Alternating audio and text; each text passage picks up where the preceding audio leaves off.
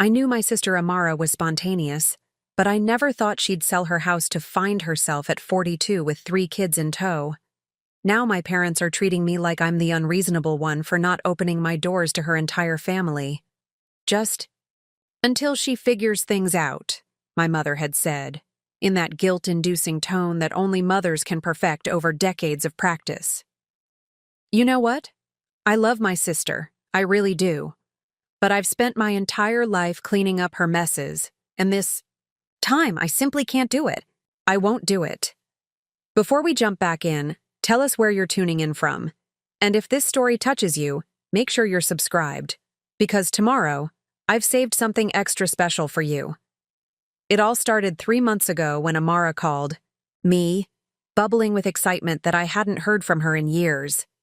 Between raising twins and her eldest son, who's on the autism spectrum, life had beaten her down into someone I barely recognized anymore. The vibrant artist who once painted murals across the city had become a hollow shadow, moving through life on autopilot.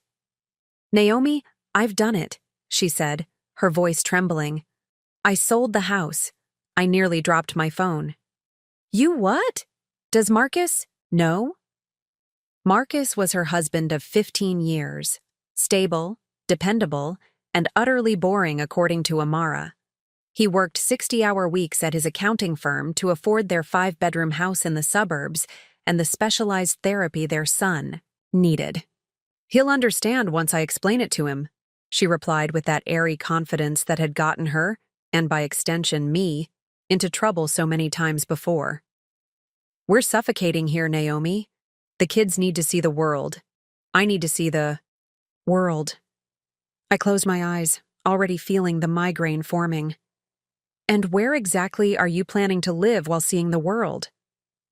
We've bought an RV, she exclaimed, as if announcing she'd won the lottery.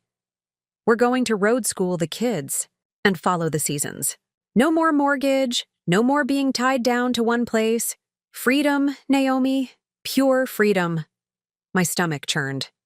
I knew my sister well enough to know that her version of freedom usually came with a hefty price tag, one that others ended up paying. What? About Jeremy's therapy? His routine? You know how he struggles with change. Jeremy, her 12-year-old, had made incredible progress over the years with his consistent support system. Oh, I've researched alternative therapies. There are amazing holistic approaches all over the country. This could be the breakthrough he needs.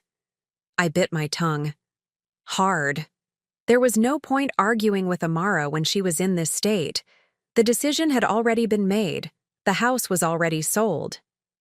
She wasn't calling for my advice. She was calling for my approval, which was something I couldn't give her.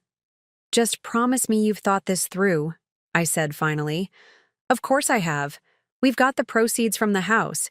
That'll last us. At least a year, probably 2 if we're careful. And I've already got commissions lined up for my art in several cities. This is going to work, Naomi. Trust me. Trust me.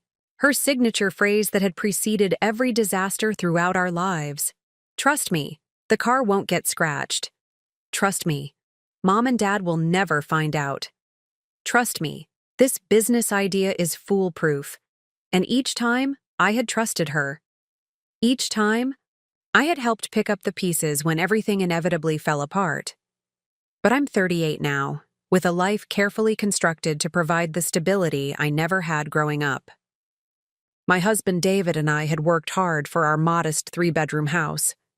We both had demanding careers, me as a physical therapist, him as a civil engineer. We had just finished a long and emotionally draining journey through IVF and were finally expecting twins.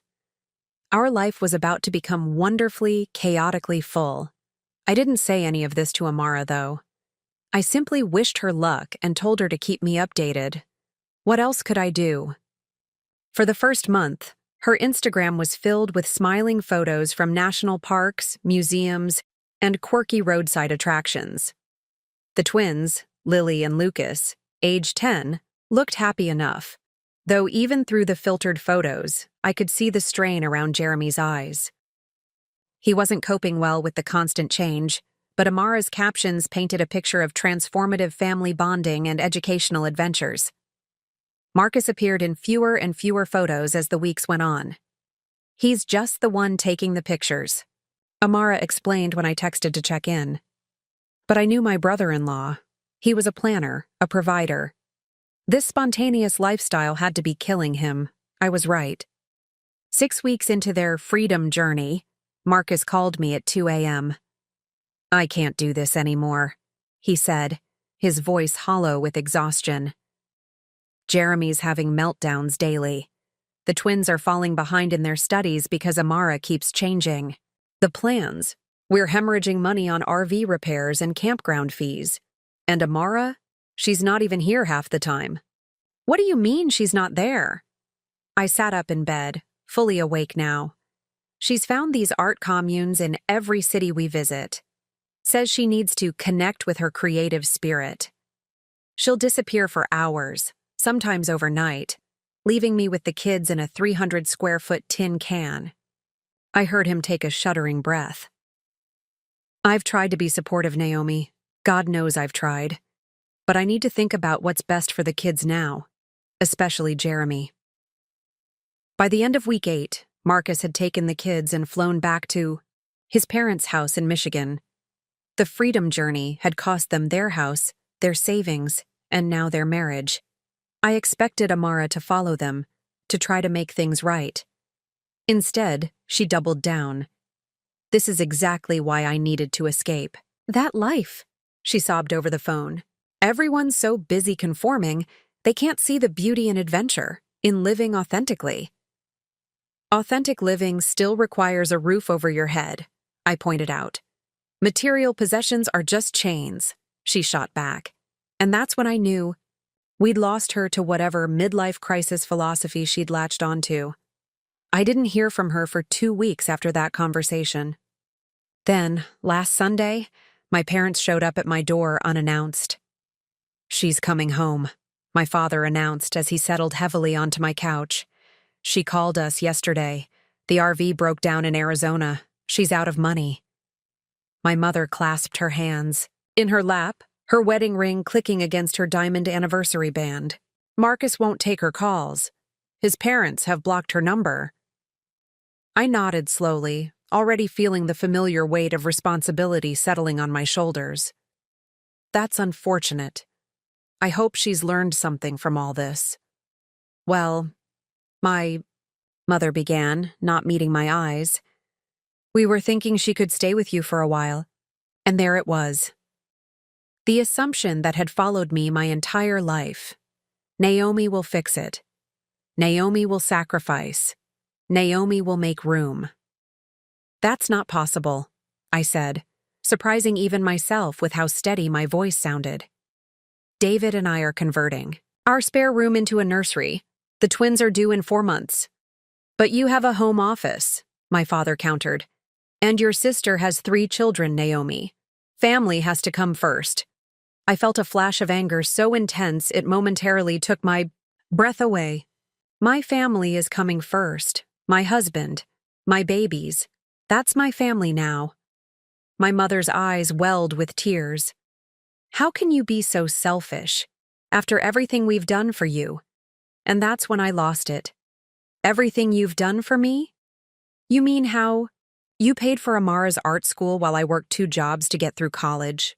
Or how you babysit her kids every weekend but told me you were too tired to come to my graduation? Or maybe you mean how you remortgaged your house to bail out her failed pottery business while telling me I shouldn't expect help with my down payment because I was the responsible one?" My parents stared at me in shock. I had never raised my voice to them before. I had always been the good daughter, the dependable one. "Naomi," my father started, his tone conciliatory. "No," I cut him off. "I love you both, and I love Amara. But I am 6 months pregnant with twins after 4 rounds of IVF. My husband and I both work full-time. We cannot take in 4 more people. It would just be until she gets back on her feet," my mother pleaded. "And how long will that take?" I asked. "A month, 6 months, years?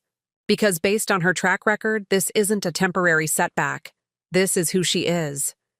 "She's changed," my father insisted. This experience has really opened her eyes. I laughed, a sharp, bitter sound. Dad, she sold her house to live in an RV because she wanted freedom. She abandoned her special needs son to find herself in art communes. What exactly about that screams responsible adult to you? My mother's face hardened. We're not asking you to adopt her, Naomi, just to help your sister in her time of need. That's what family does. No, I replied, resting my hands protectively over my growing belly. That's what our family has always done for Amara. And look where it's gotten her. She's 42 years old and has never had to face the consequences of her actions because someone always cushions her fall. I took a deep breath. I will help her find resources. I will help her apply for assistance programs. I will even lend her money for an apartment deposit if she finds a job. But I will not open my home to her. Not now. My parents left shortly, after disappointment radiating from every line in their bodies. My father couldn't even look at me as they walked to their car. My mother's parting words cut deep. I never thought you'd turn your back on your own blood. That night, I cried in David's arms until I had no tears left. Was I being cruel? Selfish? Would I want my children to treat each other this way someday? You're creating boundaries, David reminded me gently. That's not selfish. It's healthy. And it might be the wake-up call Amara needs. I wanted to believe him. But as I lay awake at 3 a.m., feeling my babies kick inside me, all I could think about was my sister, alone in a broken-down RV somewhere in the Arizona desert, finally facing the reality of her choices with no safety net for the first time in her life. And despite everything, my heart ached for her.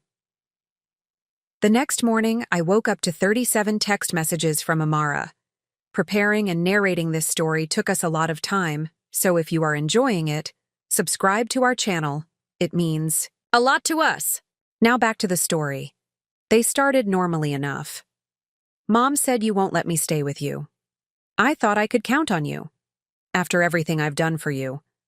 But as the night progressed, and presumably as the wine flowed, they turned darker. You always thought you were better than me. You're just jealous because I had the courage to follow my dreams while you settled? Must be nice to be perfect. The final message, sent at 4:28 a.m., simply read, Fine. I don't need you anyway. I've got other options.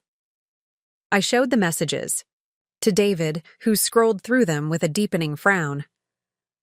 Other options? What does that mean? I don't know, I admitted. But knowing Amara, it's either completely made up to make me feel bad, or it's something that will create even more problems down the line. I was right on both counts. 3 days later, the doorbell rang while David was at work. I opened it to find Amara standing there, mascara streaked down her face, a single suitcase at her feet. Surprise, she said with a weak attempt at her old, dazzling smile. Your prodigal sister has returned. Before I could respond, a horn honked from the street. I looked past her to see an unfamiliar van idling at the curb. The driver, a man with a scraggly beard and a beanie despite the warm weather, waved impatiently. Who's that? I asked, immediately on guard. Oh, that's Raven. He gave me a ride from the bus station. Amara glanced over her shoulder. He's part of this amazing artists collective in New Mexico. They're letting me stay at their commune. My blood ran cold. A commune? Amara, what about the kids? What about Jeremy? Her smile faltered. Marcus won't let me see them right now. His lawyer said something about establishing stability first. She waved her hand dismissively. It's all temporary. Once I get settled at Eagle Spirit Collective and start selling my art again, I'll get a place nearby and fight for custody. The van honked again, longer this time. I should go, Amara said, suddenly looking uncertain. Raven's on a schedule. The others are expecting us by nightfall. Then why are you here? I asked, confused by this whole bizarre visit. She bit her lip, looking younger and more vulnerable than I'd seen her in years. I thought maybe you'd changed your mind. About helping me. Her eyes flicked to my home office window. I could sleep on the floor. You wouldn't even know I was here. Despite everything, I felt my resolve weakening. This was my sister, standing on my doorstep with everything she owned in one suitcase, about to get into a van with a stranger named Raven to go live in a commune. But then I remembered David's words about boundaries, about how constantly rescuing Amara had only enabled her to keep making the same mistakes, about how sometimes the kindest thing you can do for someone is to let them face the consequences of their actions. I can't let you stay here, I said softly. But I meant what I told Mom and Dad. I'll help you find resources. I'll help you apply for jobs and housing assistance. I'll even loan you money for a security deposit once you find a place of your own. So that's it? Amara's vulnerability vanished, replaced by the familiar mask of righteous indignation. Your own sister shows up homeless on your doorstep, and you offer her paperwork? I stood my ground. Yes. Because you're not homeless, Amara. You're choosing to go live in a commune with people you barely know, instead of doing the hard work of rebuilding your life in a way that would allow you to be with your children. The van honked a third time, long and insistent. I have to go, she said coldly. Clearly, I was wrong to think I could count on you. As she turned to leave, I called after her. Wait! She paused, hope flashing across her face. I went to my purse and pulled out $500 in cash, money David and I had been saving for a crib. Take this, I said, pressing it into her hand. And please, please be careful. Call me when you get there so I know you're safe. Amara looked down at the money, then back at me, conflict written all over her face. For a moment, I thought she might hug me or even decide to stay and let me help her the right way. Instead, she stuffed the cash into her pocket. Always the saint, aren't you, Naomi? Always doing just enough to feel good about yourself without actually inconveniencing your perfect life. The words stung, but I refused to rise to the bait. I love you, Amara. When you're ready to make real changes, I'll be here. She picked up her suitcase and walked down the path without looking back. I watched as Raven loaded her bag into the van, as my sister climbed into the passenger seat, as they drove away toward whatever awaited her in New Mexico. I closed the door and leaned against it, breathing deeply through the mix of guilt, anger, and worry swirling inside me. Had I done the right thing? Would Amara be safe? What would I tell my parents? What would happen to Jeremy and the twins? I didn't have answers to any of these questions. All I knew was that for the first time in my life, I had prioritized my own family, my husband, and our unborn children over the chaos that always surrounded my sister. And somehow, that felt both terribly wrong and absolutely right at the same time. Little did I know that this was just the beginning, that my decision that day would set in motion a chain of events that would test the limits of family loyalty, force long-buried secrets into the light, and ultimately change all of our lives forever. What I didn't realize was that Amara wasn't just running away from her responsibilities, she was running towards something, or someone. And the truth about where she was really going would shake our family to its core. 2 weeks passed without a word from Amara. My parents called daily, their voices growing increasingly strained. "Have you heard from her?" they would ask, as if I was somehow keeping secrets. I wasn't. The truth was that Amara had vanished into the mysterious Eagle Spirit Collective with a man named Raven, and none of us knew if she was okay. I'd spent hours searching online for information about the collective. All I could find was a sparse website with vague descriptions of artistic communion with nature and breaking free from societal constraints. The photos showed a cluster of adobe buildings somewhere in the New Mexico desert, surrounded by Joshua trees and art installations made from scrap metal. No phone number, no address, just an email form that bounced back my increasingly desperate messages. "We should call the police," I told my parents during our 15th tense phone call. "And tell them what?" my father asked. that your 42-year-old sister chose to join an art commune? She's an adult, Naomi. They'll laugh us off the phone. He was right, of course. But that didn't ease the knot of worry that had taken up permanent residence in my chest. Every night I dreamed of Amara stranded in the desert or trapped in some cult-like situation, unable to reach out for help. You know this wouldn't have happened if you'd just let her stay with you, my mother said one evening, her voice sharp with accusation. The comment hit like a physical blow. That's not fair, I whispered. Isn't it? You had room. You had resources. And now your sister is God knows where, while her children cry for her every night. I hadn't known that, about the children crying. It was a fresh wave of guilt I didn't need. Have you talked to Marcus? I asked, trying to redirect the conversation. My mother sighed heavily. He's filing for divorce, full custody too. The news wasn't surprising, but it still felt like the final nail in the coffin of my sister's former life. Whatever fantasy of reconciliation she might have been nursing had just gone up in smoke. Maybe that's for the best, I said carefully. The kids need stability. Families should stay together, my mother insisted. Marcus is being vindictive. I bit back a sharp retort. Marcus hadn't abandoned his family to chase some midlife crisis vision quest. He'd been left holding the pieces of their shattered life. But arguing this point with my parents was futile. In their eyes, Amara would always be the golden child who could do no permanent wrong. That night, as David and I lay in bed, his hand resting protectively on my growing belly, I confessed my deepest fear. What if something really has happened to her? What if she's in trouble and I turned her away? David kissed my forehead.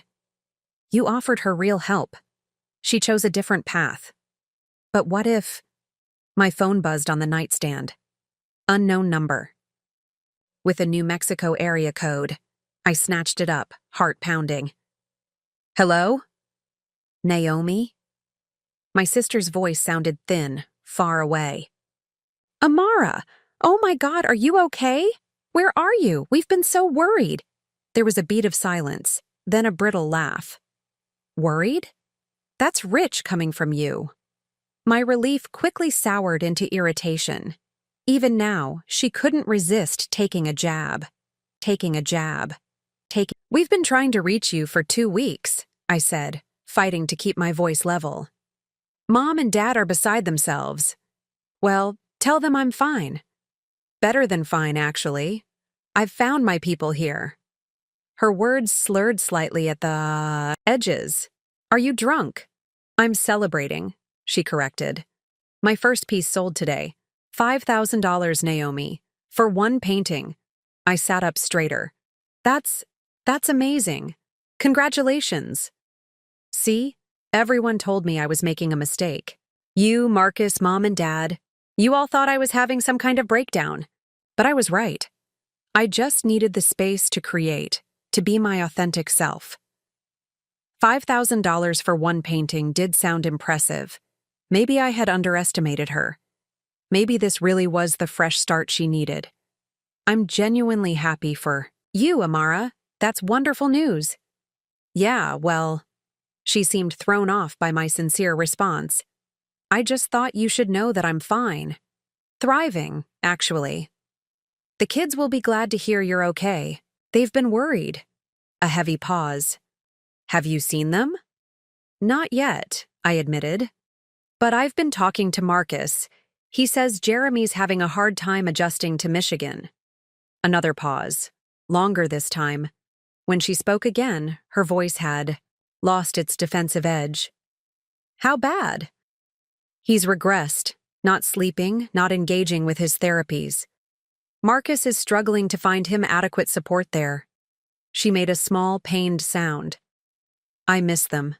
So much it physically hurts. I know you do. But I couldn't take them with me here, she continued as if I'd argued. This place? It's amazing, Naomi, but it's not set up for kids, especially not a kid with Jeremy's needs. I chose my next words carefully. So what's your plan? For reuniting with them? I'm working on it, she said quickly. Once I've saved enough from my art sales, I'll get a place nearby. Somewhere the kids can visit at first, and then maybe... Her voice trailed off, and I could hear other voices in the background, laughing, calling her name. I should go, she said. We're celebrating. Wait, I said urgently. Take down my new number, and give me some way to contact you. To my surprise, she actually recited a phone number, which I quickly jotted down. It's the collective's main line. Just ask for me. And where exactly is this place? In case of emergency? She hesitated. Outside Taos. That's all I can tell you right now. Before I could protest, she added. I'm not a prisoner, Naomi. I'm exactly where I want to be. I'll call again soon. The line went dead. I relayed the conversation to David, who looked as conflicted as I felt. At least she's alive and seemingly okay, he said. That's something. But I couldn't shake the feeling that something wasn't right. $5,000 for a painting from an unknown artist? A mysterious collective that didn't want its location known? My sister's slightly slurred speech and defensive tone. I tried the number she'd given me the next morning. A man answered, his voice deep and serene.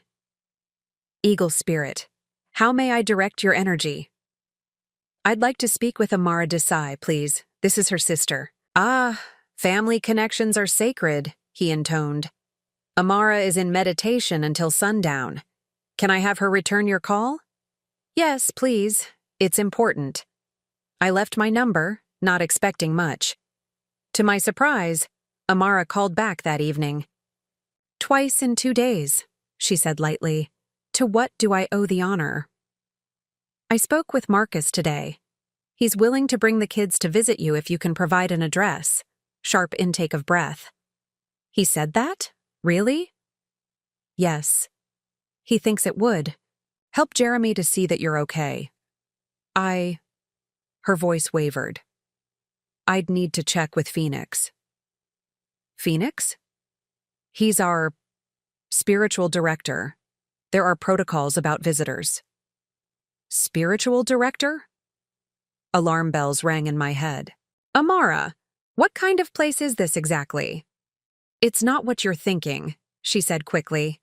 We're artists, not a cult. Phoenix just helps us break through creative blocks and access deeper consciousness. Through meditation? I asked skeptically. And other practices. She sounded defensive again. Look, I'll talk to him about the kids visiting. I have to go now. 3 more days passed with no callback. I tried the collective's number repeatedly, but now no one answered. Then, at 4 a.m. on a Tuesday, my phone rang. Naomi, Amara whispered. I need help. I was instantly awake. What's wrong? Are you hurt? No, but I need to leave. Now. Things aren't what they seemed here. I could hear the fear in her voice. Where are you exactly? I'll call the police. No police, she hissed. Phoenix has connections, just... I need money for a bus ticket. Can you wire me $500? Of course, I said without hesitation. But Amara, you need to tell me what's going on. I can't talk now. There's a Western Union in town. Can you send it to Amara Desai in Taos? Yes, right away. But promise me you'll call as soon as you're safe. I will, her voice caught. And Naomi? I'm sorry. For everything. The line went dead, leaving me staring at my phone in shock. In all our years of conflict and chaos, I'd never heard Amara apologize. Not sincerely, not like that. I shook David awake and explained the situation. Within minutes, we were online, sending money to the Western Union in Taos. The rest of the Yao. Night, I paced our living room, jumping at every sound, waiting for my phone to ring. It didn't. By noon the next day, my anxiety had reached fever pitch. I called the Western Union office in Taos. Yes, the money was picked up this morning, the clerk confirmed. Just after we opened. At least Amara had gotten that far. But where was she now? Why hadn't she called? My answer came 3 days later, in the form of a text from an unknown number. Safe now, staying with a friend in Santa Fe. Will call when I can. Relief flooded through me, followed quickly by frustration. A friend in Santa Fe? More vague assurances? It was classic Amara, just enough information to ease immediate worry, not enough to actually address the situation. I showed the text to David, who frowned. Do you believe her? I don't know what to believe anymore, I admitted. The truth was, Amara had been spinning stories her entire life. As children, her elaborate lies had gotten us both in and out of trouble countless times. As adults, her reality had always seemed slightly bent, shaped to conform to whatever narrative best suited her needs at the moment. Had there really been a $5,000 painting sale? Was there really a controlling spiritual director named Phoenix? Was she actually in danger, or was this just another manipulation to get money? I didn't know, and the uncertainty was eating me alive. The next week brought another complication. Marcus called to say he was bringing the kids to visit me. I'm sorry for the short notice, he said, sounding exhausted. But my mother broke her hip, and I need to help my dad take care of her. The kids can't miss any more school, and Jeremy— his voice cracked slightly. He really needs consistency, right now. How long are we talking about? I asked, mind racing. 2 weeks? Maybe 3? I know it's a lot to ask with the twins coming, but you're the only family they have right now who's stable. The irony wasn't lost on me. For years, I'd been the responsible sister with the boring, predictable life. Now, that very predictability had become my most valuable asset. Of course they can stay, I heard myself saying. We'll figure it out. After hanging up, I turned to find David watching me with a raised eyebrow. So we're going from 0 kids to 3 overnight? With twins on the way? I winced. I should have discussed it with you first. To my surprise, he smiled. Actually, I'm proud of you. This is what family does. Steps up when needed. The same words my mother had used to try to guilt me into taking, in Amara. But this was different. The children were innocent in all this. They needed stability, not a road trip or a spiritual awakening. They'll be here Saturday, I said, suddenly overwhelmed by the logistics. We need to rethink our space. The office can be Jeremy's room. He needs privacy and routine. The twins can share the guest room. David nodded, already making mental calculations. I'll set up a desk in our bedroom for your work calls. We can move the nursery prep to the corner of our room too. It'll be tight, but temporary. I felt a surge of gratitude for this man who had chosen to build a life with me despite, or perhaps because of my complicated family. Have you told your parents? He asked. I shook my head. Not yet. I wanted to make sure we had a plan first. The truth was, I was dreading that conversation.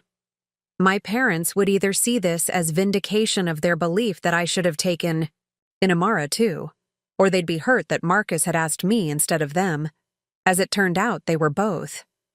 Of course we would have taken them, my mother said, her voice tight with disapproval.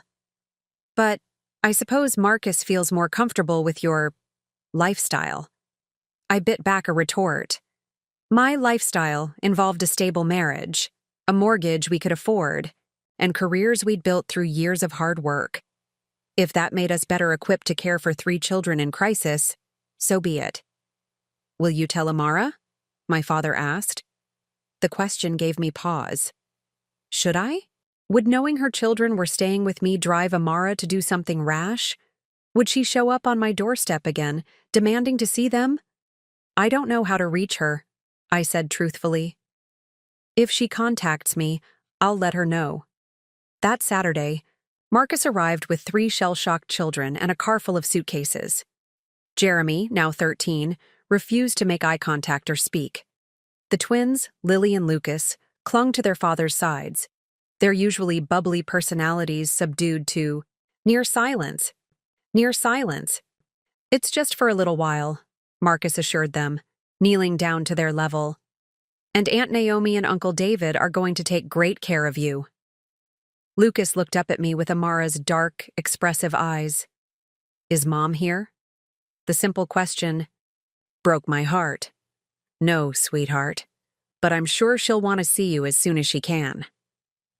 Jeremy made a scoffing sound and walked away, disappearing into the house with his backpack. After Marcus left, promising to call every day, the weight of responsibility settled over me like a physical thing. These weren't just my niece and nephews coming for a fun visit. These were traumatized children whose mother had chosen a spiritual art collective over them, whose father was now leaving them with a pregnant aunt they barely knew. That first night was brutal. Jeremy refused to eat dinner. Lucas had a nightmare and crawled into bed with Lily, both of them sobbing for their mom. David and I took turns sitting with them, offering comfort that seemed woefully inadequate. By morning, I was exhausted, nauseated, from pregnancy hormones, and completely overwhelmed. As I made pancakes shaped like Mickey Mouse, a desperate attempt to coax smiles from the twins, my phone pinged with a text. Unknown number. I heard the kids are with you. Can I see them? My heart dropped. Amara. Before I could decide how to respond, another text followed. Please, Naomi. I'm clean now, clear-headed. I need to explain things to them. Clean? What did that mean? Had she been using drugs at the collective? Is that what Phoenix had been providing along with spiritual direction? Where are you? I texted back. Santa Fe, like I said, staying with an old friend from art school. I can drive down tomorrow. I glanced at the 3 children picking at their pancakes. Jeremy was staring out the window, 1,000 miles away. The twins were whispering to each other, their little faces serious. They needed their mother, the real Amara, not whatever version of herself she'd been chasing across the Southwest, but they also needed stability, predictability, safety. Let me talk to Marcus first, I replied. These are his kids too. He won't agree, came her immediate response. He hates me now. Let me try, I insisted. And Amara? If you come here, you need to be honest with me about everything that happened at Eagle Spirit. Everything. The typing indicator appeared, disappeared, appeared again. Finally. Okay, but not over text, when I see you. I called Marcus that evening, after the kids were in bed. To my surprise, he didn't immediately shut down the idea of Amara visiting. Jeremy's therapist actually thinks it might help, he said wearily. He's got it in his head that something terrible happened to her.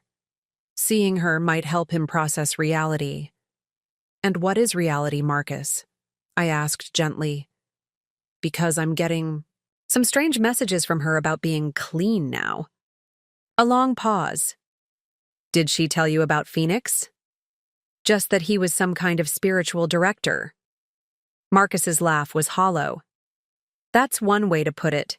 He's a con man, Naomi. Preys on vulnerable women with money and artistic aspirations. Gets them hooked on his special creativity enhancers, mostly meth and hallucinogens, then bleeds them dry financially while convincing them they're on some spiritual journey. My blood ran cold. How do you know this? Because I hired a private investigator after Amara stopped answering my calls. Cost me a fortune, but I needed to know what my kid's mother had gotten herself into. Meth. The word echoed in my head. My sister, the talented artist, the mother of 3, had fallen into a drug den disguised as an artist collective. Suddenly, her erratic behavior, the slurred speech on the phone, the paranoia about police, it all made horrifying sense. Does she know you know? I asked. No. By the time I found out, she'd already left Eagle Spirit. The PI lost track of her after that. She says she's clean now, staying with a friend in Santa Fe. And you believe her? His tone wasn't accusatory, just tired. So tired. Did I believe her? The sister who had lied her way through life, who had sold her house for freedom only to end up in a meth-fueled artist cult? I don't know, I admitted. But I think the kids need to see her, need to know she's alive and thinking about them. If she's using, we'll know right away. Marcus was quiet for a long moment. Okay, he finally said. But you and David both need to be present the entire time. If she seems high, if she upsets the kids, if anything feels off, she leaves immediately. And she doesn't take them anywhere, not even for ice cream. Agreed, I said, feeling the weight of this decision pressing down on me. After we hung up, I texted Amara. You can come Sunday at 2 p.m., short visit. Both David and I will be here. Her response was immediate. Thank you. I'll be there. I promise I won't let you down. As I crawled into bed beside David, sharing the details of my conversations with both Marcus and Amara, I couldn't shake the feeling that I was making a terrible mistake, that I was once again being pulled into Amara's chaos, this time with innocent children in the crossfire. We can handle this, David assured me, his hand gentle on my belly where our twins were kicking up a storm. One day at a time. But as Sunday approached, bringing with it the prospect of a reunion between a potentially recovering addict and her traumatized children, I found myself praying for a strength I wasn't sure I possessed. What I didn't know then was that Amara's visit would reveal secrets far darker than drug use, secrets that would shatter our family's already fragile foundation and force me to question everything I thought I knew about my sister, my parents, and even myself. Because Amara wasn't just coming to see her children. She was coming to unload a burden she'd been carrying for decades, a burden that would explain why she'd really sold that house, why she'd really run away to find herself. And once those words were spoken, there would be no going back. Sunday arrived with a heaviness that seemed to press down on our entire household. The children sensed it too. Jeremy had barely spoken all morning, while the twins kept whispering to each other and shooting anxious glances my way. Is she really coming? Lily asked for the 5th time as I helped her brush her hair. For real? She said she would. I answered carefully. I'd learned not to make promises on Amara's behalf. Dad says Mom's sick, Lucas offered, sitting cross-legged on his sister's temporary bed. That's why she left. Because her brain got sick. I nodded slowly. Sometimes adults go through hard times. They make choices that don't make sense to anyone else. Is she better now? Lily's voice was small, hopeful. Before I could formulate a response that wouldn't be a lie, Jeremy appeared in the doorway. It was the first time he'd voluntarily entered the twins' room since arriving. She's not sick, he said flatly. She's selfish. There's a difference. The twins stared at their older brother, eyes wide. Jeremy, I began, but he cut me off. It's true. She left because she wanted to. Because her art was more important than us.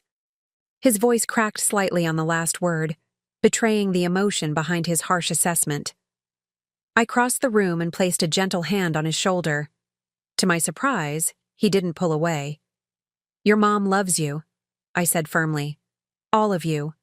Sometimes people can love their children with their whole heart and still make terrible mistakes. The two things can exist at the same time. Jeremy shrugged, but some of the tension left his shoulders. Whatever. I'm only coming downstairs because Dad said I have to. At precisely 2:15 p.m., just late enough to set my nerves on edge, but not so late that I could reasonably assume she wasn't coming. Amara's car pulled into our driveway. I'd been watching from the living room window, the children arranged behind me like a tableau of anticipation and dread. David stood close by, his solid presence, an anchor in the emotional storm I knew was coming. She's here, I announced unnecessarily. Everyone had heard the car. The twins rushed to the window, pressing their small faces against the glass. Jeremy remained seated on the couch, arms crossed, expression carefully blank. I opened the front door before Amara could ring the bell. And there she was, my sister, standing on my porch with a strained smile and dark circles under her eyes. She looked different. Thinner, certainly. Her normally glossy black hair was pulled back in a severe ponytail, revealing strands of gray I'd never noticed before. The bohemian flowing clothes she'd favored had been replaced by a simple blouse and jeans that looked new but generic, as if purchased specifically for this visit. But it was her eyes that truly shocked me. Amara had always had a spark, a light that danced behind her eyes even in her darkest moments. That spark was gone, replaced by something watchful, wary. "Hi," she said softly. "Thank you for this." Before I could respond, the twins burst past, me launching themselves at their mother with cries that broke my heart. Amara dropped to her knees, gathering them close, burying her face in their hair as sobs racked her body. "I missed you so much," she whispered over and over. "My babies, my loves, I missed you so much."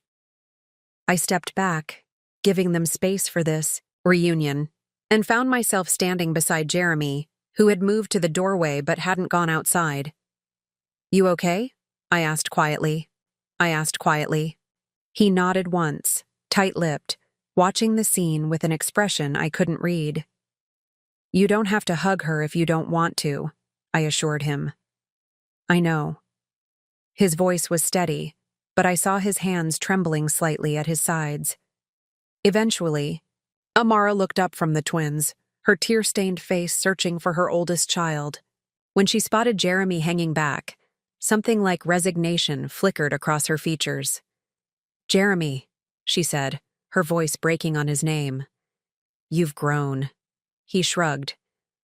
"It's been 5 months." "I know." She stood slowly, the twins still, clinging to her hands. "I'm so sorry." Jeremy's jaw tightened. "Are you coming home now?" The simple question hung in the air between them, loaded with hope and hurt and anger. Amara's eyes filled with fresh tears. "It's complicated, sweetie. But I'm working toward that, I promise." Jeremy's face hardened, and he turned away, disappearing back into the house without another word. The afternoon that followed was an exhausting dance of emotions. We moved to the backyard, where David had set up lemonade and cookies at the patio table. The twins rarely left Amara's side, competing for her attention with stories of their new school in Michigan and all the events she'd missed. Jeremy eventually rejoined us, but remained distant, answering his mother's questions with monosyllables. Amara tried repeatedly to engage him, her desperation becoming more apparent with each failed attempt. "Your dad tells me you're still working with Dr. Michaels, just doing sessions online now," she said during a lull in the twins' chatter. "Is that going okay?" Jeremy shrugged. "It's fine." "He's been helping you adjust to all the changes?" "Sure." Amara shot me a helpless look. I gave her what I hoped was an encouraging smile, though I honestly didn't know how to help bridge this particular gap. Jeremy's pain was too raw, his sense of abandonment too complete. After about an hour, David took the twins inside to pick out a movie, leaving me alone with Amara and Jeremy. The tension immediately thickened. "Can I talk to Jeremy alone for a few minutes?" Amara asked me, her voice tight with anxiety. Jeremy's head snapped up. "No, whatever you want to say, you can say in front of Aunt Naomi." I hesitated, torn between respecting his boundaries and giving mother and son the privacy they might need to heal. "It's okay," Amara said quietly. "You're right, Jeremy. No more secrets." She took a deep breath, her hands clasped so tightly her knuckles were white. "I want to explain why I left the way I did.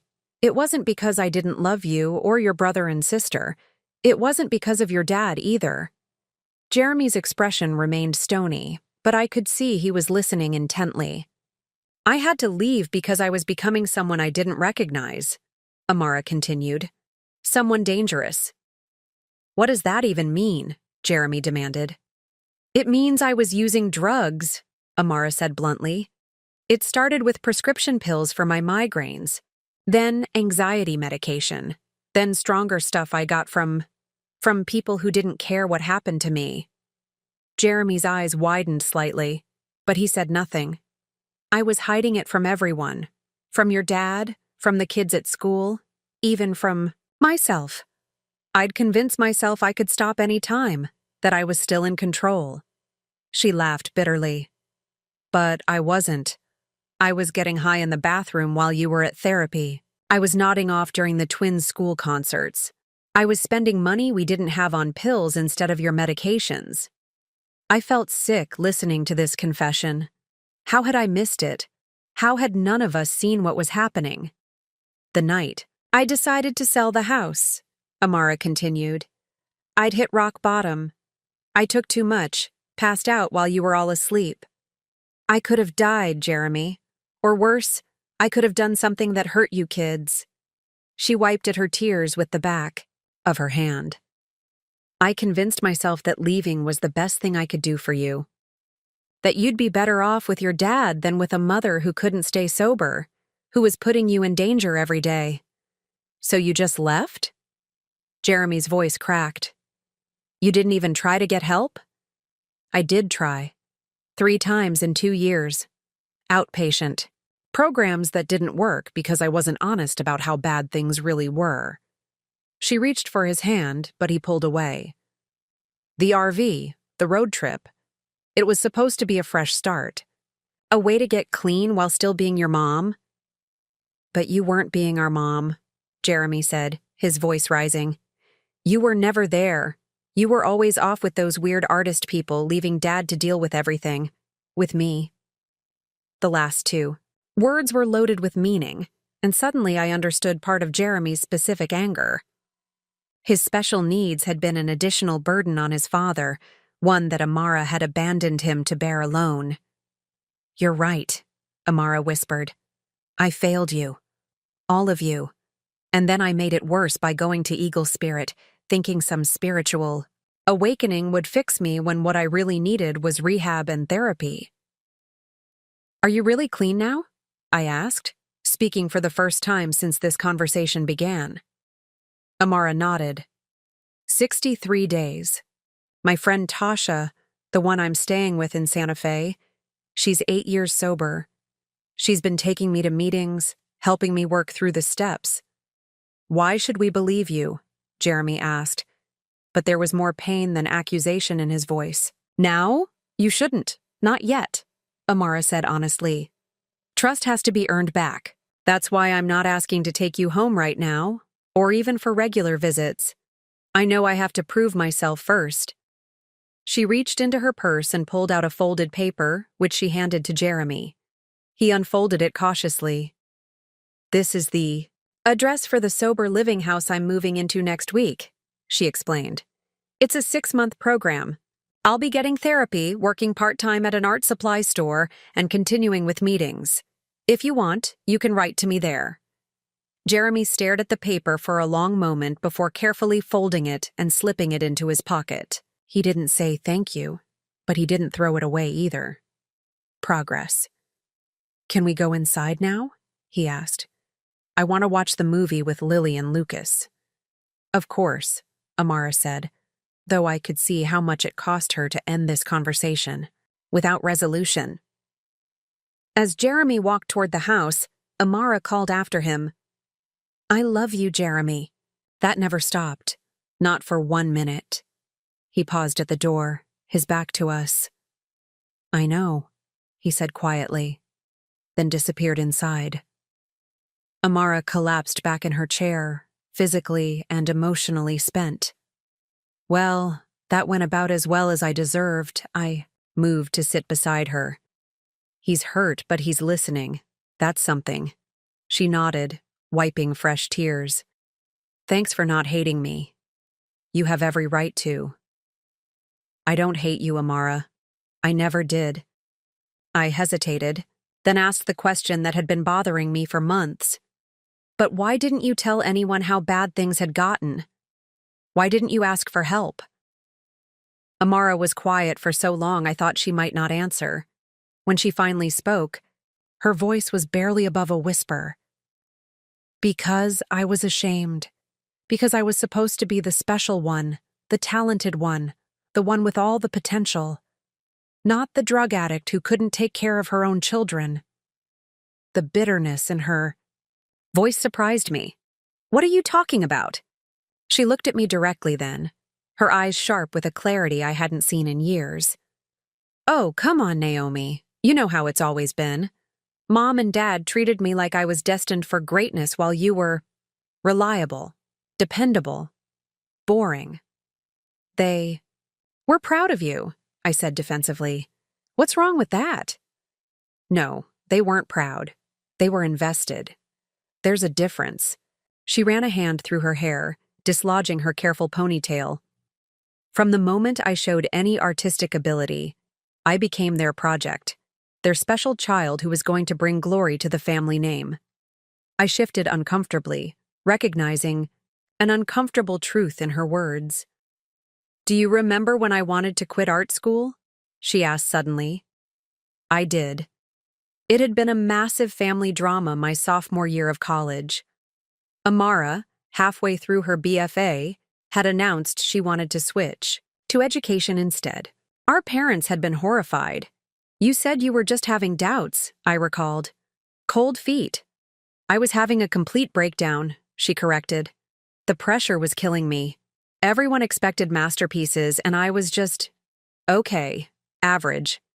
But Mom and Dad couldn't accept that. They'd already invested so much, the private lessons, the special schools, the European tours to see great art. She laughed without humor. So I stayed, got my degree, became the artist everyone expected, and slowly died inside until pills were the only thing that made me feel anything at all.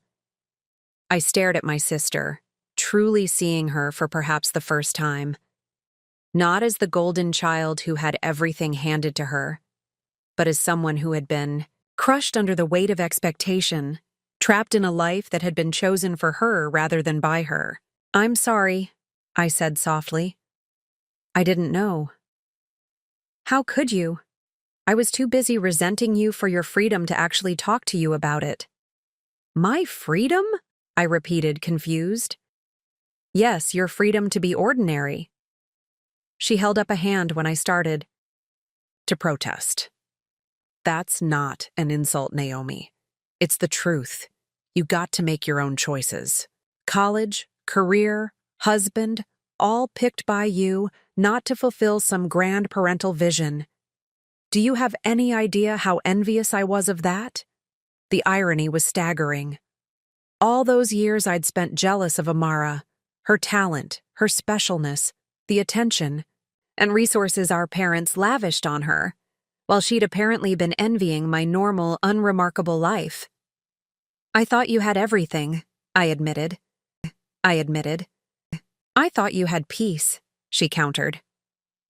We sat in silence for a moment, absorbing this shift in perspective, this recalibration of our shared history. So what happens now? I finally asked. Now I get sober for real. I work the program. I earn back the right to be in my children's lives. She smiled sadly. No more running away, no more quick fixes. Just the slow, unglamorous work of becoming someone they can count on again. And your art? On hold for now. Maybe forever. She shrugged. Turns out I'm pretty good at teaching basic techniques to beginners. The art store has a little studio in the back for classes. It's not exciting, but it's honest work that doesn't make me want to numb myself into oblivion. I realized with surprise that this was the most authentic conversation Amara and I had ever had. No competition, no resentment, no performance. Just truth. I should go, she said, glancing at her watch.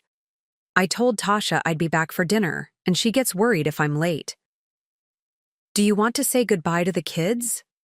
Pain flashed across her face. Better not. The twins will cry, and we've just gotten them settled. Tell them I love them, and that I'm working hard to be the mom they deserve. As we walked to her car, Amara suddenly stopped and turned to me. "There's one more thing you should know about Mom and Dad." My stomach tightened. What about them? They knew. About the drugs. I didn't think they did, but when I reached out to them after leaving Eagle Spirit, Dad let it slip. They'd found my pills months before I left, confronted Marcus about it. And didn't tell you they knew? I was appalled. Apparently, they all decided it would be too destabilizing for me to face it directly. Marcus was handling it his way, getting me to different doctors, trying to manage the situation without scandal.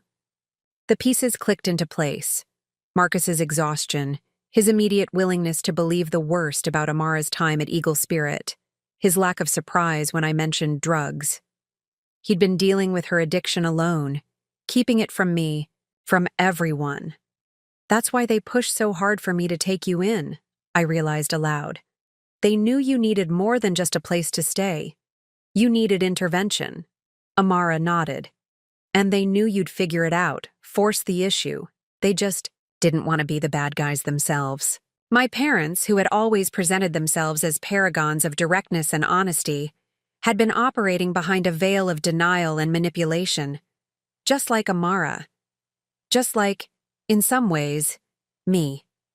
We were all products of the same dysfunctional family system, each playing our assigned roles, each suffering in our own way. "I'm not telling you this to hurt you," Amara said gently, "but you deserved to know the truth, especially now that you're becoming a mother yourself." She reached out hesitantly, placing a hand on my belly. "These little ones are lucky. They're getting a mom who sees clearly." I covered her hand with mine, this small physical connection bridging years of misunderstanding. "We're going to do better, aren't we? All of us." "We're going to try," she agreed. "That's all anyone can really promise." After Amara left, I stood in the driveway for a long time, watching her car disappear down the street. I thought about my parents and their well-intentioned but ultimately destructive devotion to appearances. I thought about Marcus, shouldering the burden of Amara's addiction alone to protect his children and save face. I thought about the lies we tell ourselves and each other in the name of love. Most of all, I thought about the twins growing inside me and the family they would be born into. Complicated, imperfect, but perhaps, just perhaps, beginning to heal. That evening, after the children were in bed, I called my parents. It was time for some truth-telling of my own. "Amara visited today," I said without preamble. She told me everything. A heavy silence, then my father's voice, uncharacteristically subdued. "I see. Why didn't you tell me?" I asked, fighting to keep my voice steady. "All those times you pushed me to take her in, knowing what she was dealing with, knowing the risk to my pregnancy, to my family." "We thought it was for the best," my mother interjected. "Family matters should stay within the family." "But I am family," I countered. "Or do I only count when you need something from me?"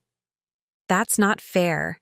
"Naomi," my father said, "none of this is fair. Not to me, not to Marcus, not to those children, and certainly not to Amara." I took a deep breath. She's in recovery now, real recovery. Not whatever spiritual nonsense she was doing before. She's trying to build something honest for the first time in her life. "We only wanted what was best for her," my mother insisted. "For all of you."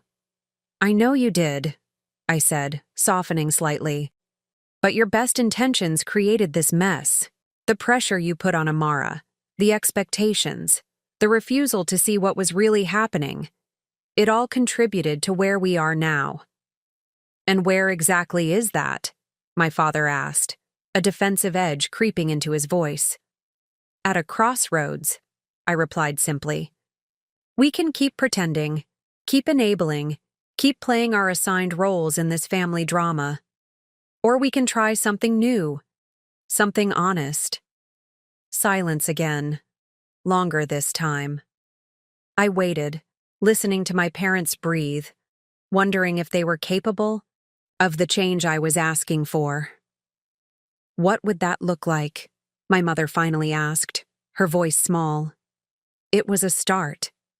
A tiny opening in the fortress of denial they'd built around themselves. I thought carefully about my next words.